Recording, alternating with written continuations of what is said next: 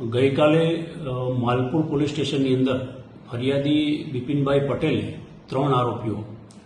પ્રિતેશસિંહ બહાદુરસિંહ રાઠોડ, શિવાભાઈ પાંડોર અને રમેશભાઈ પાંડોર વિરુદ્ધ એક ગુનો દાખલ કરાવેલો છે, જેની અંદર હકીકત એવી છે કે આ કામના ફરિયાદી ગઈકાલે મોડાસા ટાઉન હોલ ખાતે મિટિંગમાં ગયેલા હતા અને ત્યાંથી તેઓ પોતાની બલેનો ગાડી લઈ અને રિટર્ન આવતા હતા ત્યારે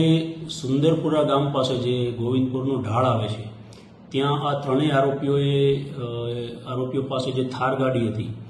એ ફરિયાદીની ગાડી સાથે અથડાવી અને ગાડી ઊભી રાખેલી અને 2 આરોપીઓએ લોખંડનો સળિયો અને એક આરોપી જે હતો એણે એની પાસેનું જે ધાર્યું હતું તે ઊંધું ધાર્યું આ જે ફરિયાદી છે એને બંને હાથ ઉપર, બંને પગ ઉપર અને માથાના ભાગે મારી અને હુમલો કરેલો. આરોપી જે છે એમણે અને ફરિયાદીને અગાઉ જે ગ્રામ પંચાયતનું ઇલેક્શન થયેલું એનું જે બંદૂક હતું એના કારણે આ હુમલો કરેલો છે.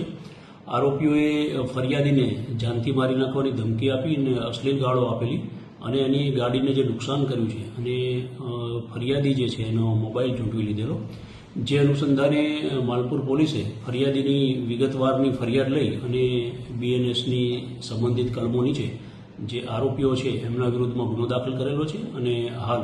કાયદેસરની કાર્યવાહી ચાલુ છે.